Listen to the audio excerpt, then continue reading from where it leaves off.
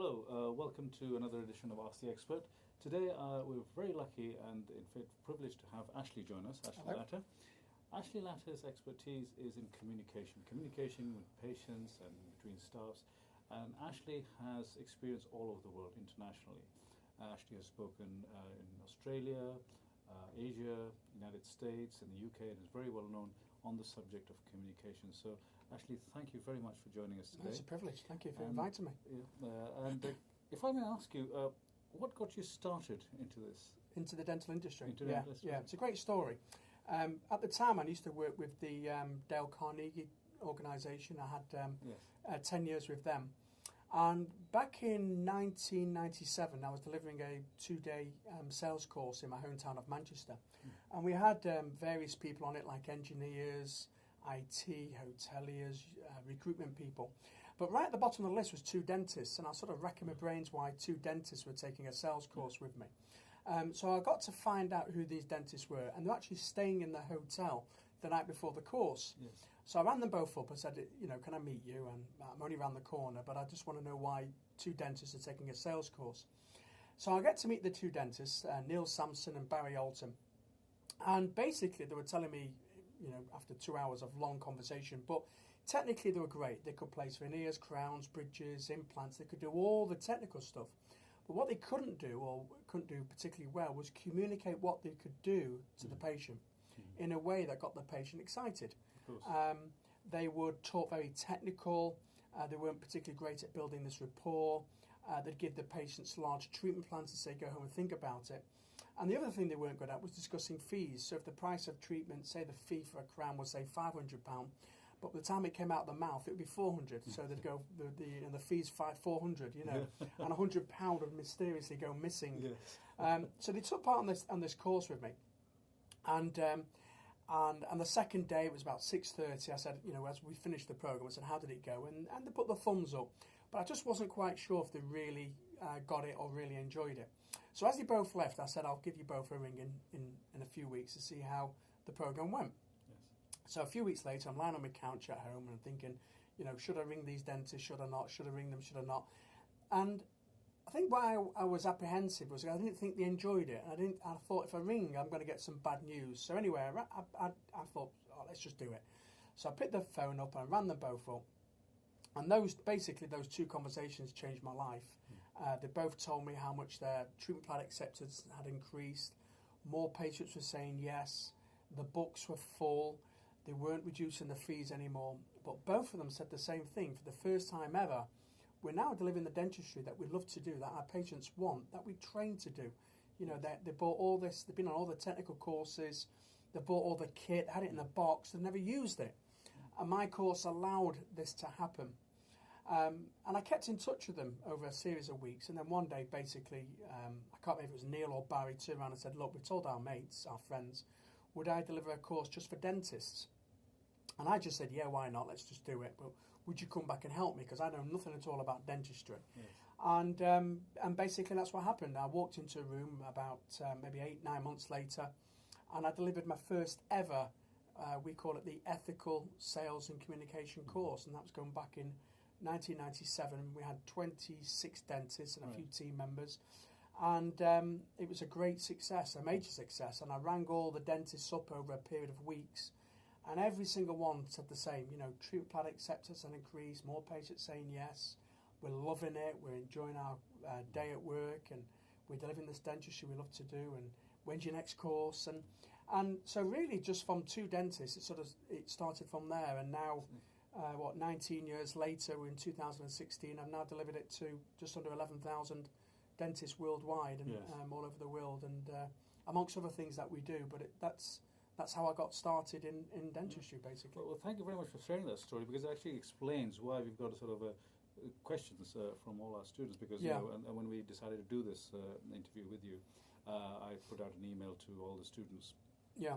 And we were inundated with questions, and if I may, what I've had to do is filter through. So if I may just ask you, I'm looking forward to it. And they very much reflect on what you've said. The 2 dentists you first met were doing. You mentioned about ethical sales, and that's quite an interesting, important topic, because my students in the program there's several programs we do. There's one on aesthetic dentistry, Yeah. and of course it involves a lot of the times elective treatment, Yeah. treatment which actually not quite addressing disease as such, Yeah. but sort of looking at elective treatment, and but however there is a very, very high demand for it. In addition to that, of course, the outcome of all dentistry should be aesthetic. So even if we're treating disease, it should be aesthetic. So there is a sort of issue of a combination of treating disease as well as having sort of treatment which is sort of elective. And so one of the things always is that when we're discussing this kind of treatment, and we need to have a very strong ethical side to it as well, as to what would your tips be to actually sort of have a sort of an ethical approach to the sales of treatment? Okay. Well, it starts off with having great rapport with your client. Because if you haven't got great rapport with your client, you can be the best surgeon in the world. They ain't going to buy anything from you. Yes. So rapport building is the key. And rapport building with the right type of client who's interested in what you've got to offer. You see, ethical sales, although I teach it over 2 days, 18 hours, it's actually doing 4 things really well. The first is building relationships with the right type of client, the client who's interested in having a conversation about improving their smile. And if you haven't got the right type of client, it doesn't matter what you do or what you offer, there's no transaction going to take place. Yes. The second thing about ethical sales is asking questions. Now, I've trained thousands of dentists, I've lectured all over the world, I've delivered about 24,000 hours of business training and communication courses, and the biggest mistakes dentists make is they make assumptions, and they don't ask enough questions, they try and sell too quickly. So the second key point in ethical sales is really asking lots and lots of really good questions about the patient's problems, finding out exactly what the problem is, listening attentively rather than listening to understand what the client's problem is, summarising back to the patient what their problem is, and then doing the examination, and then providing solutions to the patients. Here's what your problem is. I've done the examination. Here's what I think is best for you. There's 1 or 2 solutions, but here's in a language that the patient understands, that gets them excited. Now, once you've got that, and you turn around to the patient and here's your problem, here's the best solutions or best solution. How does it sound? Is this the sort of thing you're looking for? And the patient comes back and says, yes, it is. And now you've got commitment from the patient who's committed to moving forward to the treatment or a future conversation about it. But so that's really what ethical sales is about. It's really doing 4 things extremely well. You're building great rapport with your client. You're asking really good questions and listening hard to what they're saying back to you. You are doing a thorough examination and then solving the problem in a language that the patient understands and they can get excited about. And then once you've done that, just turn around and saying, is this the sort of thing you want? How does what I've explained to you sound to you? And the patient comes back and says, it sounds good. It's really what I'm looking for. You've hit the nail on the head. And now you've got commitment. Oh, excellent. And again, another aspect to that sort of comes forward, and we discuss this a lot amongst our students as well, is that we have patients coming in with expectations too. You know? And 2 types of expectations we find. One is expectation of the treatment outcomes that they're looking for, and of course the other aspect is a financial one. As to having sort of a realistic, what we would call realistic expectations. In these sort of circumstances, what would your tips be or feeling be for patients who are perhaps presenting with kind of what I would call unrealistic expectations, both from the outcomes of treatment or perhaps from their budget point of view? Sure. How would you sort of... Okay, well, it's 2 questions in one there, I think. But the first question is, do you want to look like a Hollywood actress or actress? Is that what? Yeah. Good question, and I get asked this quite a lot. What you've got to really do is, we for example, we do a speaking course, a presentation skills course. I personally deliver that program, and I love teaching that course. And we have people who come to us who really want to improve and be able to present well in front of groups. And sometimes they come to us and say, look, here's where I want to be. And so once I've asked lots of questions to find out where they are and where they want to go, and if I think, well, I can't get you there, often I will say something like, look, Subir, I can't get you to be like Winston Churchill after the first day. Yeah. You know, it's impossible. I wish I could be there. Yeah. However, would it be useful if I could get you to speak in front of 20, 30 people and feel confident about doing it, actually enjoy doing it, and you're seeing yourself on the video, actually experience it? If we could get you there, would that please you? Mm-hmm. And 99.9% of the pet clients come back and say, if you can get me there, I'll be delighted. Yes. So you've got to say, you know, use an analogy and say, look, I can't get you to be, you know, Brad Pitt or Jennifer Aniston. It's impossible. But here's where I can, I think, get you to. Yes. Now, if I can get you to here, would that be useful for you? Is that where, would that make you happy? Mm-hmm. And if you can do that, and the client says yes, then you've met their expectations. If you can't get them here, you know, you've got to tell the clients. And sometimes if they really insist it and you feel you can't get it, then that's a red flag to say that maybe that should be the patient for you. Yes. You know, maybe to walk away because that could have problems later. In terms of the budget, it goes back to how you ask the questions.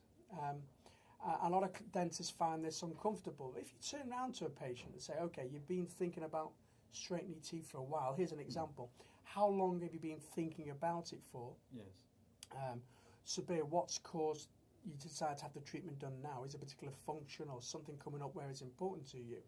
And have you thought about how you're going to pay for it? Have you done any research into the treatment and how you're going to budget for it?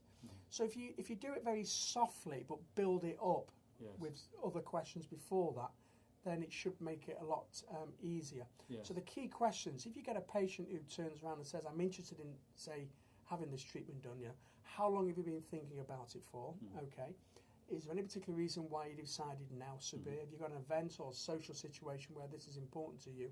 And what research have you done?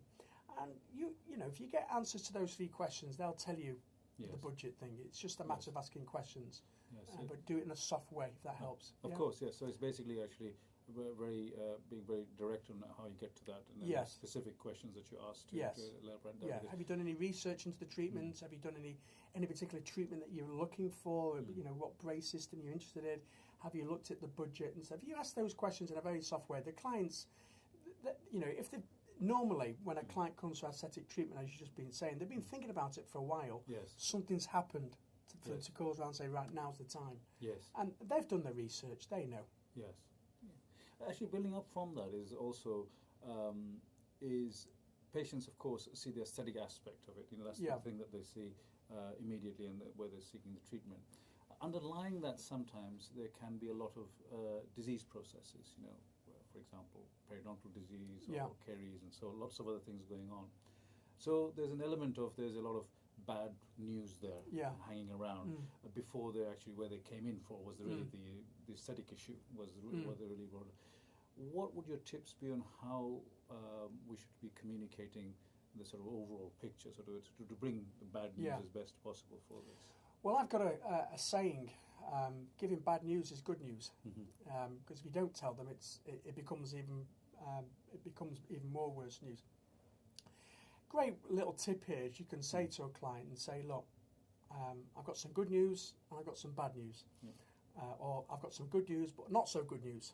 Which one do you want first? Well, the good news is I think we can get you to where you want to be, or as near to it. The not so good news is we need to do all this other stuff beforehand, and let me explain to you why. And the best way of explaining bad news is to use an analogy. And analogies work really, really well. For example, you might want to turn around and say, look, when a house gets built, the deeper the foundations, the stronger the house. Yes. Now, unfortunately, what you're asking me to do is build a strong house, but the foundations aren't that great. Yes. What we need to do is do the work on the foundations first.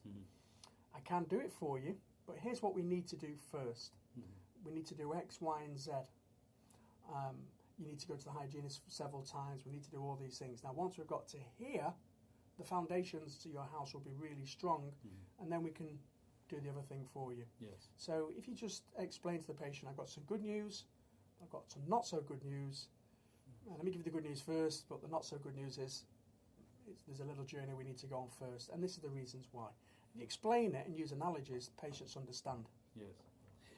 The other question that was asked actually from our students reflects particularly the types of students who perhaps, or the majority of students who do our programs, are students who have been, particularly in the UK, are sort of 2 to 3 years into qualification, and they start to do this program. The reason why they're doing this program is to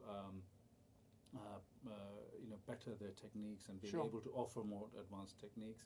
In the UK, the scenario is they're trying to move away from the NHS scenario to the private, and so they're looking at how to position themselves best and how to communicate that for their patients after they've done this course.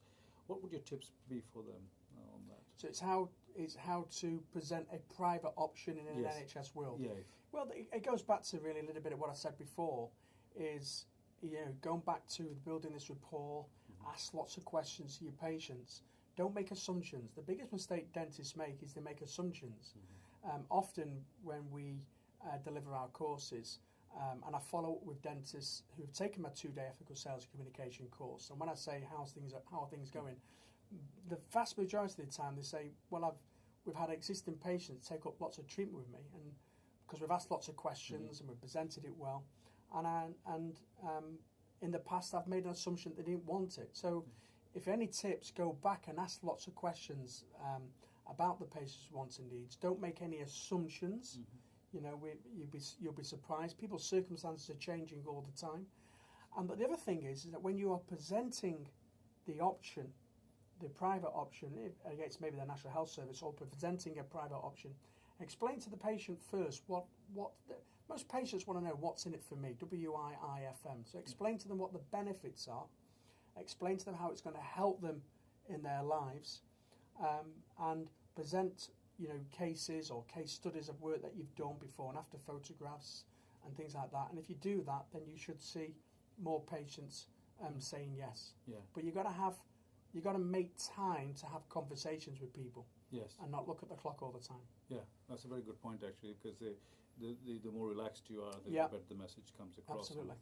On that, what would your tips be for our graduates of the program, where basically they have learned skills and they go back into the practice and they want to sort of now be able to communicate that they have acquired these skills, and part of it is sort of perhaps communicating this to the members of staff, as to what they've learned and how would you recommend that they go about exploring that and communicating? Yeah, good question. Just do a lunch and learn, but do it with your own team. Yeah. Dental practices make time to do lunch and learns with outside reps who come in and do and educate them. So do your own lunch and learns. Get your team together, explain to them why you went in this course, what you've learned, what you can now do, and ask them, how can we promote this? How can we, create more cases together? Is there anybody here that might be interested in having this treatment done by me? To use as a guinea pig. So it's probably not the right word to use, but maybe there could be somebody there that can go through that treatment with them there. Yeah. So lunch and learns. Speak to your team. Explain what you can do. Explain how we do it, and you never know, they might create the opportunities for you. Yes. The other aspect that came out from some of the questions that were asked by various students was handling the difficult scenario, the difficult patients. One was quite one that I actually personally identify with, is when someone is running late. Sort of you're doing a procedure where it's taking a little bit longer than you anticipated, and now this the patient who is in the waiting room has got to be sort of carefully counselled as a result of that. And that was highlighted by one of the questionnaires. What would you... What's my advice? Advice on that? Well, it's like I said before, giving bad news is good news, because if you don't give the news, it becomes really bad. Yeah. So I'll give you an example. It's something that happened to me about, it must be 5 years ago. I went to my own dental practice. I went for a hygiene appointment, and I was 10 minutes early. I went upstairs, and there was about 3 people in the room, and I got waited, and all of a sudden it was 5 minutes past my appointment, and I looked at my watch, and I saw there were still 2 people in front of me, and I turned around and said, "Are you here to see the hygienist?" She says, "Yeah." "Are you here to see?" I think the girl's name was Cheryl. She says, "Yeah." "Are you as well?" "Yeah." "So you're in for 15 minutes. You're in for 15, 20 minutes. You're going to be running 40 minutes late here," and no one told me. Right. So I went downstairs and said, "Are you running late?" She says, "Yes." I says, "Well, why didn't you tell me? Yes. Why didn't you give me the opportunity to make another appointment? Because I can't wait 40 minutes now, Yes. and you haven't told me, so I'm out of here." And I left because I had another appointment to go on. So I don't think, if you go to a client and just say, "Look, Mrs. Jones, I'm really sorry, we're running 15 minutes late. Let me explain to you why we're running a little bit, what's happened," and keep in touch with the patient, let them know, where we're up to, what's happening.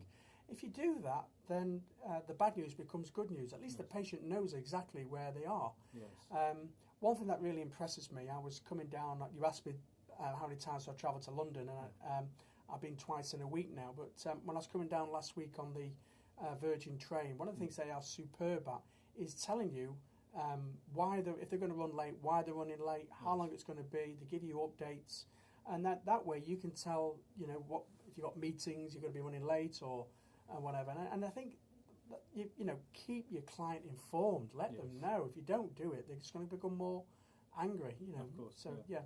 So information is the key. So keep Absolutely. them informed. Just giving bad news is good news. We also have the, of course, we have by the CQC, etc. And every practice has a complaint policy. Where basically we have to sort of follow certain things. One of the questions was to actually, how can we, and what your tips would be to sort of preempt that? Are there any indicators whereby we can actually see that other complaint is going to happen, or something, and so we can actually preempt it and prevent that cascade, so to speak. Are there any indications? Have you got an example at all, or something? Well, essentially, the one is related to late, or a particular treatment is not going well. So the other thing is, for example, the crown isn't back, or the crown was back and it didn't quite was the right shade, and so there's a little anxiety building up in the patient, which if it wasn't handled correctly, could escalate into a cascade. And so, how to maybe recognize it a little bit, or anything that would, any pointers there? Well, a couple of things really. But looking at my own business, I deliver my courses virtually every single day of the week, and 99.5% of the time, my clients love my courses, and we get 10 out of 10s, and but the odd occasion you can see somebody in a room, particularly if I go into a practice. If I go into a practice, they invited me in, you might just see one person, or maybe in the first hour and a half, they just look as if they're not getting it, or maybe they, you can just tell. Yes. And I would make a beeline to that person at the break time and just say, "Hi, John, it does, are you not getting this? Is there a challenge? Is there something I can help you with?" Or, and so I will always preempt it and find out in advance, find out before it gets escalates or gets worse. No point, not going to this person for 2 days. So I would do that. The second thing is, I think if you always keep your clients informed if there's a problem. Yes. Whether crown coming back late, or it's come back and it's unshaded, and just say sorry, shower your patients with love when they get angry. That normally works. Yes. But again, it just goes back to this communication, and telling the clients that they're sorry, telling them, this is what's happened and we're really sorry, and do something to put it right. Go above the call of duty. Yeah.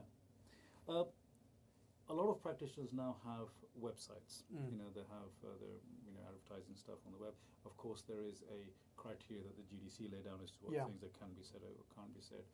What would your tips be on what information do you think we should have on websites? Sure. Okay. How long have we got for this? Okay. What you need to do is put your patient's shoes on and take your shoes off. And then go and look at your website and see it from your patient's point of view. Yeah.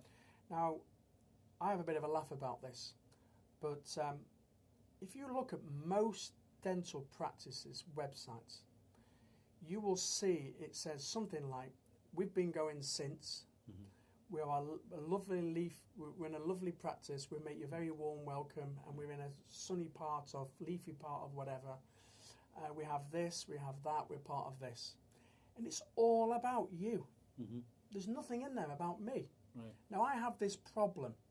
I've got a problem. I want maybe my teeth straightening, or maybe I want them white, or maybe I want something, you know. So talk as if, you know, put your right as if you are thinking about me rather than you, rather than their own. Does that make sense? Yeah, yeah. Most practices are interested in what's in it for me. Yeah. So talk to me as if you. Let's imagine now we're having a conversation over the dinner table, and you're underneath, and I'm telling you my problems with my smile, my teeth. What you really want to do is, when I go on your website, I read what's on there, and I turn around and say, was that person, were you under my table last night when I was explaining these things? Yeah. Does that make sense? Yeah. And most dental practices talk about themselves, Yes. but spend very little time talking about how we can help you and what problems you might have, and how we can address your issues. So you've got to be able to walk in your patient's shoes. And if all your language is all about you, Yes. then you're missing a trick, because the clients have these problems, and what they want to know is, can you help me with these problems? Yes. So that's, you know, I could talk about this I could give a 10-hour lecture on it. But number one is, are you addressing my problems? Were you under the table when I was talking to my wife last night? And if you can do that, and if you can show me cases about me before and afters, if you can have videos on there which you know, describe what the problems were like, describe how the treatment was, and what life is like after, then you're focusing on me, and I'm more likely to want to go to your practice rather than the practice up the road that just talks about themselves, because no one's interested in themselves. Most people are interested in what's in it for me. Yeah. Does that make sense? Yeah, it does indeed. In fact, give me immediate food for thought there, because you know, as you explained, it is a complex, and of course there is a lot to it. But immediately, you know, by isolating, because I personally have never thought of that problem in that respect, because when I'm now thinking about my website, and it's just coming out to me, it's all about me. Well, what you've got to do is, the design, the idea of the website, if you think about it, the idea of the website is to get the client to pick the phone up and say, can you get me in? Yes. I want to come in to see you. Yeah. That's what it's all about. And most practice websites, it's too technical. You know, too much jargon and the words that you use. Clients don't understand that. Yeah. You know, they don't understand that. Yeah. They want the problem solving. So if you can walk in their shoes, look at how the message you're giving across, you're more likely to get the clients, because that's really what it's about. Most people leave because they're bored. Yes. So actually, moving on from what you just mentioned there regarding the website, is now the patient has seen the website, has sort of now come in to the surgery, and it's a question of first impressions. And of course, there's a first impression factor with the staff that they're going to meet, and then maybe develop that into a meeting, the clinician or the dentist. What would be your recommendations, tips regarding how to make a world-class first impression? Yes. You ready for this? Okay. Great story. Okay. So you've contacted my practice, okay? My receptionist has been professionally trained. She's had a long conversation with you, but the conversation's taken place in a private room within the practice. It didn't take place at reception. Right. All right? So the private conversation took place, and I built up rapport with you. I found out who you are. I found out how you heard about us. I found out all about your problem. I asked you a series of questions on the phone, and I filled in the sheet as I was doing this. Once I've done this, I've made we've scheduled an appointment for you.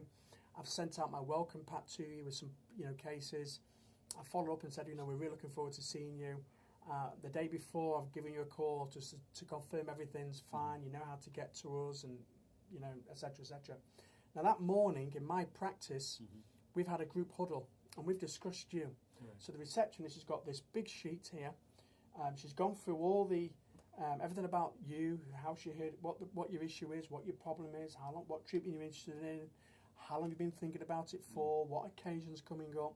And I'm the dentist, and my receptionist has given me all this information in a group huddle with the whole team. So the whole team knows that you're coming in. Yeah. When you come in at 20 past 8, if you put it to 8:30, the girl at the desk said, hello Subir, and Dr. Latter's looking forward to seeing you, and I believe you're getting married, and whatever, something that's, we've just picked something up. Sit down, and you're thinking, wow, this is amazing. I've then come to the reception area. I know what you're wearing in advance, so I go straight up to you. My receptionist has told me that Subir's got a tie on, he's wearing a jacket, and so I go straight up and says, hi Subir, I'm Dr. Latter. Even there might be 6-7 people in the reception, I've gone straight to you. Yeah. We've sat down, we're having some rapport, you've got a coffee and I've got a coffee, and from the sheet I'm just asking you some questions. And I said, I believe you told Rebecca's mentioned that you're getting married next year. Congratulations, where are you getting married? And I'm building this amazing rapport. Yes. Now, how would you feel? That would be fantastic. Wouldn't it just be amazing? Yes, and absolutely. every practice can do that. Yeah. Yet it's just not done. Yes. It's just not done. And the reason why this is so important is you want something that's life-changing for you. You want a life-changing, you want more confidence, you want to have a beautiful smile for your wedding in 12 months. Well, we're putting a life-changing performance in, and it's world-class wherever it is. Yes. And if you did this, you'd want me to do the treatment for you, because you'd be thinking, wow, this doesn't happen anywhere.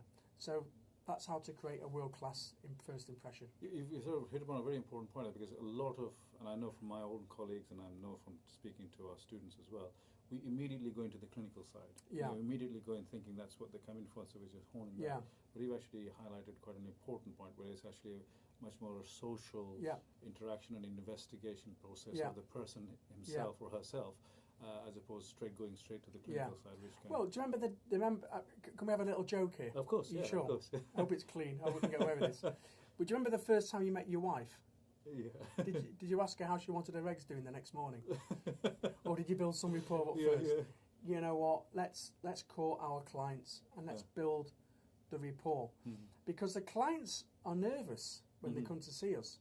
And when you spend the time building this rapport with them and you are becoming genuinely interested, they will become genuinely interested in you. And that's the key. And the rapport is the key.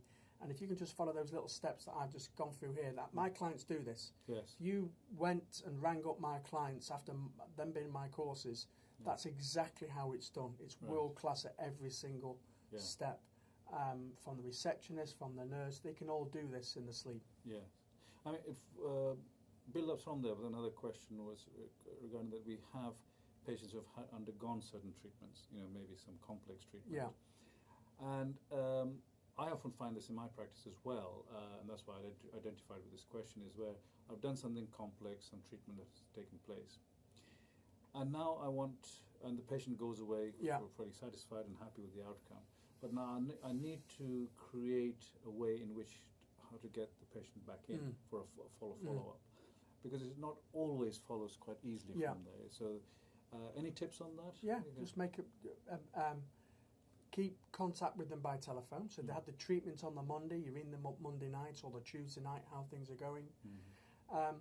But let's say you've done some cosmetic treatment. I so strongly advise that you make a follow-up appointment about 3 months after you've had the treatment. Let's say, for example, I've delivered an implant. Okay, so I placed an implant on you. You with another practice, maybe. Maybe you came to me. You weren't referred to. So, because if you obviously referred, I wouldn't want to steal my referrers' patients. Let's say you came to me, but making a follow-up appointment 3 months after the treatment. And in the follow-up, what you want to be doing is obviously checking to make sure your work is of a high standard. But in that meeting, you just want to have a chat with your patient and find out, when you came to see me, here was your problem. Tell me how things have been since you've had the implant. What's life been the last 3 months? And you're going to hear amazing success stories. The patients are going to share, I can now chew. Yeah. I can eat a steak, I can eat an apple, I can smile with confidence, I can go out with my friends, and I'm not running to the toilet all the time to see if my denture's loose. Yeah. These are the things that have happened. Now, you've got your patient at the height of happiness. Mm-hmm. Great opportunity to say, well, would you mind putting that on video for me? Mm-hmm. Make a great video testimonial for future patients who are nervous about having this treatment. Great opportunity to hand the cards and referrals. Mm-hmm. And if they came to see you direct, off the street, not from another practice, then a great opportunity to say, well, I've loved treating you. Can we stay? Would you like to join our plan? And I can maintain a relationship with you for life, because I'd really like that. Yeah. It sort of goes on to another point there, where you actually mentioned about video testimonials. Of course, do you think it's sort of a nice thing to do when we're having a conversation with our patient, to show them examples of treatments as well? Well, I discuss this on my courses, mm-hmm. and I ask the question: how many of you here in a room of 30 people? If I've got a 2-day program, I say, how many people here actually, before you book your holiday, before you put your credit card in the machine or give it to the girl in the shop, how many of you here would have looked at TripAdvisor or looked at and studied the reviews mm-hmm. before you actually go on that 2-week holiday? Mm-hmm. And virtually to a T, everyone would say yes. Yeah. Dentists are the worst at it because they spend all their time researching anyway. Yeah. But everyone does it. Yeah. And so your patients aren't any different. They don't do the research. Mm. So videos, testimonials are the best. If you can have them on your website, we talked before about having them on your website, and get the patient to tell what life was like before, what life was like during, but what life is like after. Yes. Then patients want to see that. They want to be able to say, well, that's me. Yes. Yeah, I've got that problem. I can relate to that. Yes. Yeah. So absolutely. And getting the patient back a few months after you've administered the treatment so that they can share their success stories with you and what's happened since is a great time to do this. Now, the other thing is, one of my favourite books of all time was a book written by a professor called Robert Cialdini, mm-hmm. and he wrote a book called Influence. It's a best-selling book, and in there's some communication laws. And one of the principles is the law of reciprocation. Right. And this is a great chance then. And what the law of reciprocation is this: if you do something for somebody that's so far better than they expected, they want to do something back for you. Right. Mm-hmm. They want to do something back for you. And it happens in my courses. We often, the best way of us generating new clients is our existing clients giving us referrals and telling them, you've got to go and do Ashley Latter's course. And that happens all the time. Yes. And this is a great opportunity to ask your patients, and you'll be surprised at how many want to help you. Yes. And to a video testimonial, if you can't get the video testimonial, they'll write something. Yes, fantastic. The other question that was from one of our students was regarding guarantees. Because when patients are perhaps investing in treatments, and perhaps some of the treatments are quite expensive, they have a sort of I think a natural curiosity and of course a legitimate inquiry as to how long things are going to last. Are there any associated guarantees? What happens if? Of course, from a clinical perspective, we do have this dilemma because we're not replacing like for like, and we are kind of trying to do our best in that scenarios. But on the other hand, I think we have to be empathetic and of the patient's requests, because that's quite, I think, a legitimate question. Yeah. What are your views on? Good question. Really good question. And this sparks conversations late in the night with dentists. Mm-hmm. So here's, and I do accept a lot of dentists are very scared about giving guarantees because of they don't want to be in front of the GDC or get complaints from patients. And I get that. I understand that. Mm-hmm. But what bits can you guarantee? Mm-hmm. So is there something that you can guarantee that can you guarantee that you'll be seen on time? Can you guarantee that there'll be no pain? Can you guarantee that I'm here 24 hours a day, 7 days a week if you've got a problem? Are those bits that maybe you can guarantee? Another thing maybe, and patients, if they're going to invest thousands of pounds into, they want something to say. So, maybe if you share your statistics, maybe say, look, the system I'm going to use has a 97% success rate that it's going to last 5 years, it's going to last 10 years. Most of my work will, 98% of my clients, it should last 10 years. Here's the reasons why it won't. But if something happens within this period, then I will put it right. We'll do whatever it takes to put it right. Yes. I think if you can get away speaking like that, I think you will. I think you give some confidence to the clients, because at the end of the day, they want some confidence. Yes. My clients want confidence when they come to my course. They say, can you guarantee these results? I can't guarantee it, but if you take part on the program, if you practice what I teach you and put it into practice, then 99% of our clients get their money back and more within a couple of days. And it's not unheard of for me to get emails. I get it every single day of clients going back, and the first patient they speak to, something happens. But if you come on my course and don't do anything, then I can't. It's impossible to do that. So, but if you give people confidence, I think that's what they're looking for. Confidence and reassurance that that you are caring about the welfare and that you will. And listen, if something happens within, say, a 3-year period or whatever, and it's out of my controls, come back. But whatever it is, we'll put it right, or we'll get it to where we can get it for you. And I think that gives patients confidence. Yes. And I know it's fascinating talking to you, actually, because, as you know, I run a practice and I'm getting a lot of insight here. I wish I could just talk for a while. I think that if I go on to the last question, if I may, and it was to do with who do you feel is the best person to discuss costs with patients? Sure. Is it the dentist, the receptionist, or the nurse? Yeah. What would your feeling be on What's that? my feeling on this? Again, it's a great question, and I think there's lots of different circumstances. My rule of thumb is this: the dentist needs to be able to discuss the fees with the patient. And what I see on in some practices is the dentist, or the doctors as they call it in America, just won't discuss fees. So let's say I've come to see you and I say to you, well, what sort of fee we're looking at, and you say, well, Jenny at the desk downstairs will give you the estimate, right?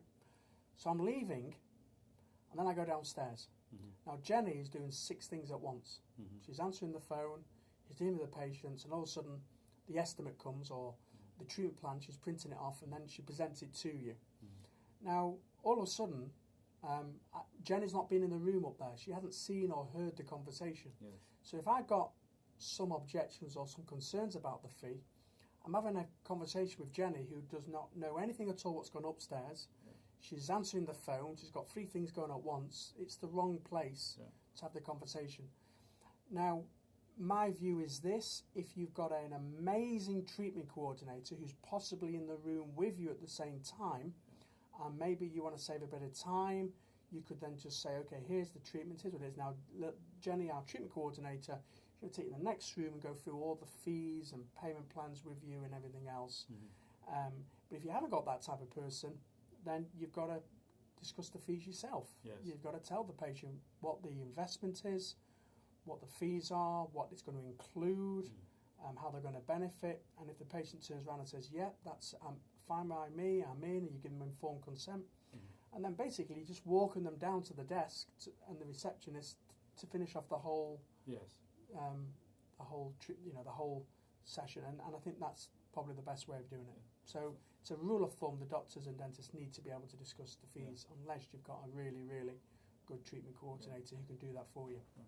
Well, actually, thank you very much for your time today. It's been useful. It's very useful indeed, because I've been we've been doing the aesthetics course for the last 8 years, and of course the prosthodontic course has been going for longer, so we've sort of engaged with postgraduate students who actually come for specialist training or learn techniques which they employ. And the questions that we had today were the ones that we've come across. And I think it's very important as clinicians, because we are in this sort of, I would say, real world of learning things, and we're going to translate that to patients and to effectively communicate. It's been a real insight for me, at least, and I'm sure that our students and viewers will really benefit from this, because you've really highlighted some points which quite frankly I for one didn't think of, and I'm sure a lot of our students who've asked these questions didn't think of either.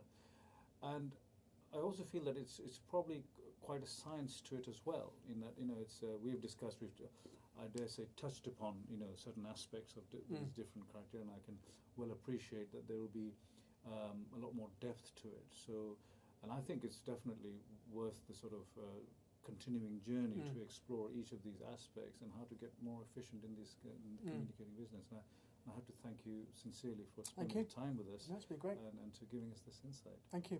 Thank Fantastic. you very much. Great. Thank you.